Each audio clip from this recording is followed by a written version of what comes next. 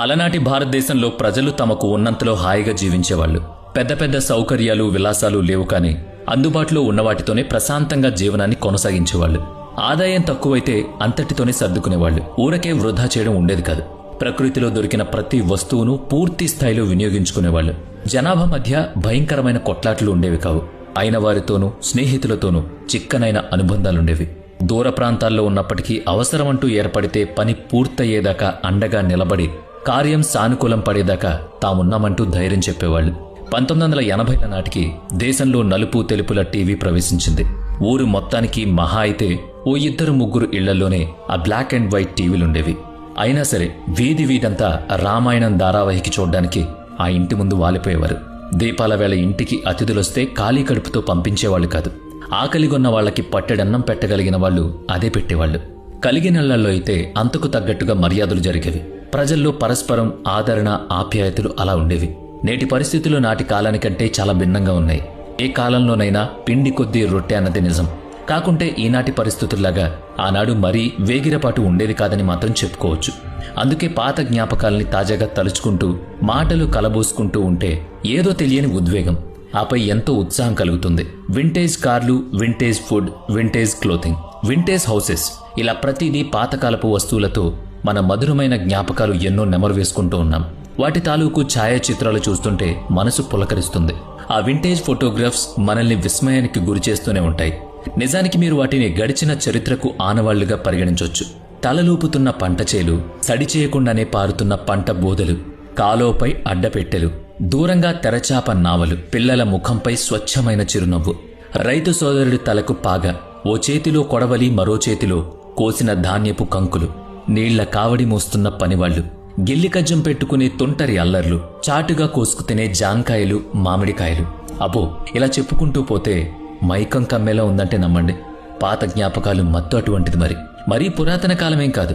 ఓ 4 దశాబ్దాలు వెనక్కి, అంటే 1980ల నాటి భారతదేశం సంగతులు చెప్పుకుందాం. 3.5-4 దశాబ్దాల స్వతంత్ర భారతదేశంలో సంపూర్ణ అక్షరాస్యత ఇంకా సాధించబడలేదు. దాదాపు గ్రామీణ భారతం వ్యవసాయం, పాడి పరిశ్రమల మీదే ఆధారపడి ఉండేది. మట్టి ఇళ్లు, పూరిపాకలు, పెంకుటిళ్లు, ఇల్లెంత చిన్నదైనా కుటుంబ సభ్యులు మాత్రం గడబిడ పడేవాళ్లు కాదు.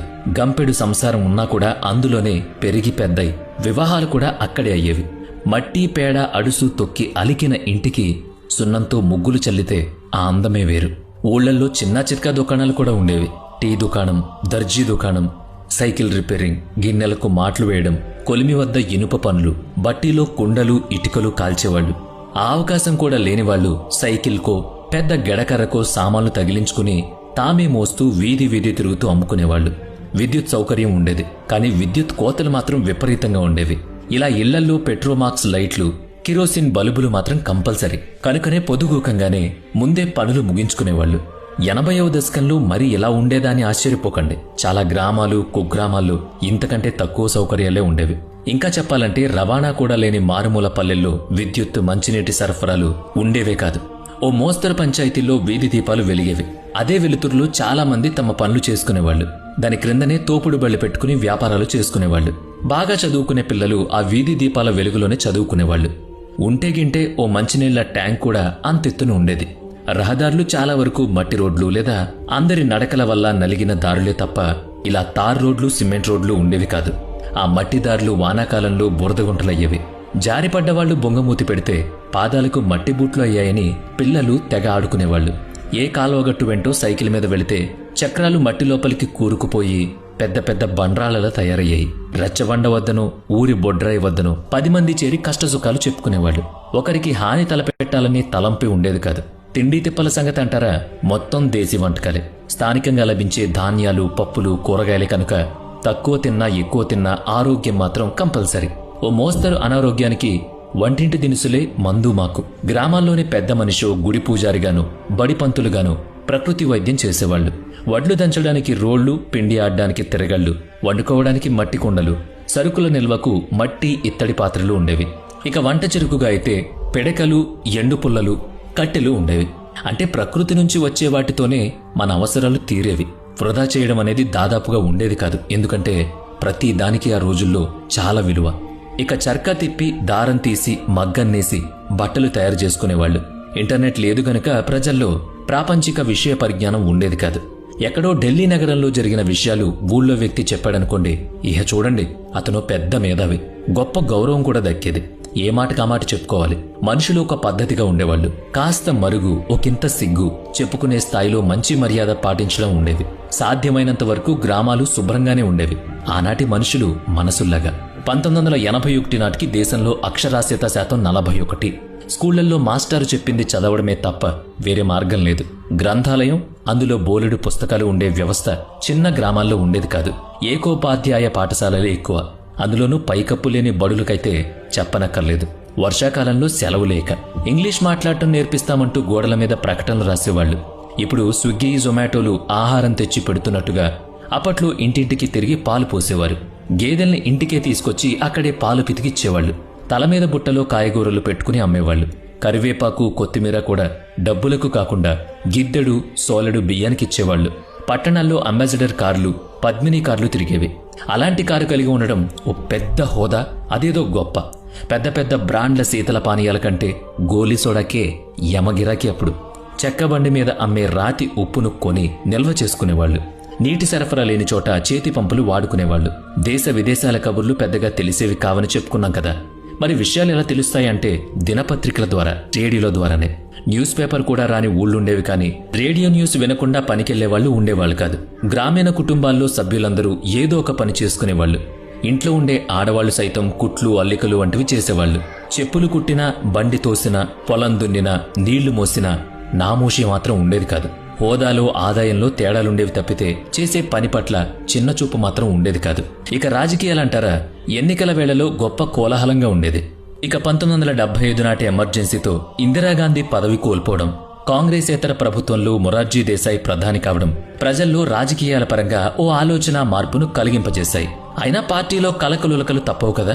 అధికార మార్పిడిని ప్రజలు కోరుకున్న స్థిరమైన ప్రభుత్వాన్ని ఏర్పాటు చేయడంలో నాయకులకు నిబద్ధత కరువైంది. ఆ ప్రభావం నిత్యావసర వస్తువుల ధరలను ఆకాశానికి చేరేలా చేసింది. సాధారణ ఉప్పు, పప్పు, కూరగాయలు బాగా ఫిరుమయ్యాయి. 1980లలో 10 గ్రాముల బంగారం 1330 రూపాయలుండగా 1980 నాటికి 1800 రూపాయలైంది. ఇక కిలో వెండి ధర అంటారా, అందుబాటులోనే ఉండేది. లీటర్ పెట్రోల్ ధర 8 రూపాయలు. బహుదూరమైతే తప్ప ప్రజలు ప్రభుత్వ రవాణాన్ని ఎంచుకునేవాళ్లు. స్థానికంగా సైకిళ్లనే ఉపయోగించేవారు. ఇక కాలినడకన పోగలిగే దూరాలకైతే నడుచుకుంటూ వెళ్లేవాళ్లు. కనుకనే రోజుకు 2000 పెట్రోల్ అమ్ముడైతే గొప్పగా ఉండేది అప్పటి బంకుల్లో. రాజకీయాలను పక్కన పెడితే రోజువారీ ఆహారంలో భాగమైన ధాన్యాల ధరలు ఈనాటి ధరలతో పోలిస్తే చాలా చాలా తక్కువ. 1980వ దశకంలో లీటరు పాలు 8 రూపాయలు, కిలో బియ్యం 1 రూపాయి, కిలో పెసలు 2 రూపాయలు, క్వింటాళ్ల గోధుమలు 142 రూపాయలు, పంచదార కిలో 5 రూపాయలు. ఈ ధరలు ఇప్పటికీ తక్కువ కావచ్చు, కానీ అప్పుడు అవి చాలా ఎక్కువ.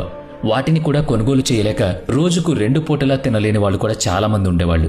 సగటు రోజుకు 100 లేదా 200 రూపాయలు సంపాదించగలిగిన సామాన్యుడి కుటుంబం పోషణకు ఆ మాత్రం ఆదాయాన్ని సరిపెట్టుకునేవాళ్లు. ఇక సినిమాల వంటి వినోద రంగంలో ఇప్పటి ట్రెండ్స్ ఎలా ఉన్నాయో మీకు తెలుసు. Heavy makeup, heavy costume, heavy jewellery, విదేశీ లొకేషన్స్, అతి భారీ ఖర్చులు, అందుకు తగ్గట్టే టికెట్ ధరలు, ఇవన్నీ మనకు అనుభవమే. 1980లలో కూడా మేకప్ ఉండేది, కానీ మరీ అంత ఎక్కువ కాదు. తక్కువ మెరుగులతోనే ఆకర్షణీయంగా తయారయ్యేవాళ్లు. ఆ కాలపు సినిమా ఫంక్షన్లు కూడా ఎంతో ఆర్భాటరహితంగా ఉండేవి. ఎంతో కొంత మోడర్న్ దుస్తుల్లో, పాశ్చాత్య ధోరణిలో తెరపై నటించిన వారు కొందరున్నారు. ఆనాటి నటీనటుల్లో దేశీయంగానూ అంతర్జాతీయంగానూ పేరు ప్రఖ్యాతులు సంపాదించుకున్న వాళ్లు ఉన్నారు. మనం ఒక విషయం తప్పక గుర్తు చేసుకుని తీరాలి. అంతర్జాతీయంగా భారత స్వతంత్రతను ఎవ్వరూ ప్రశ్నించజాలరని చాటి చెప్పిన ఘనత ఇందిరాగాంధీ హయాంలో జరిగింది. 1971 బంగ్లాదేశ్ విమోచన యుద్ధంలో భారతదేశం అందించిన చొరవను ఇప్పుడు ఆ దేశం మర్చిపోయిందేమో, కానీ చరిత్రను ఏమార్చడం కుదరదు కదా. రెఫ్యూజీలుగా బంగ్లా విడిచి భారత్లో ప్రవేశించిన లక్షల మంది పశ్చిమ బెంగాల్, ఒరిస్సా, అస్సాం తదితర సరిహద్దు రాష్ట్రాల్లో తలదాచుకుంటే అందరికీ నీడనిచ్చింది మన భారతదేశం. దాదాపుగా 93,000 మంది పాక్ సైనికుల్ని బంధించి పాకిస్తాన్ను ఓడించి యుద్ధ విరమణ చేయించిన ఘనత నాటి ప్రధాని ఇందిరకు దక్కుతుంది. ఎంతో చురుగ్గా, కీలకంగా విధులు నిర్వహిస్తున్న ఆనాటి మన భారత సైనికుల పాటవానికి జోహార్లు చెప్పాలి. 1974లో ఇరాక్ అధినేత సద్దాం హుస్సేన్ భారత సందర్శనకు వచ్చినప్పుడు ప్రధాని ఇందిరాగాంధీ స్వయంగా స్వాగతించడానికి వెళ్లిన అరుదైన దృశ్యం చూస్తుంటే అమెరికాకు ముచ్చెమటలు పట్టించిన సద్దాం హుస్సేన్ భారత్తో మైత్రి బంధం నెరపడం కూడా అబ్బురంగానే తోస్తుంది. 1974 మే 18లో రాజస్థాన్ పోఖ్రాన్లో అణుపరీక్షలు నిర్వహించిన భారతదేశం తెగువకు అగ్రదేశం, మండిపడినా మనం స్వేచ్ఛా స్వాతంత్రాలకే ప్రథమ ప్రాధాన్యత ఇస్తామని లోకానికి వెల్లడించాం. తమ అణుపరీక్షలు కేవలం స్వీయ రక్షణ తప్ప ఎటువంటి ఉద్రిక్తతలు, దాడులు చేయవని ఆనాటి అంతర్జాతీయ సమాజానికి మనం చాటి చెప్పాం. 1980లలో భారతదేశం మూడో ప్రపంచ దేశాల స్థాయి నుంచి అభివృద్ధి చెందుతున్న దేశాల స్థాయికి ఎదిగే ప్రయత్నాలు ప్రారంభించి నేడు విశ్వగురు స్థాయికి చేరుకునే దిశగా పయనిస్తోంది.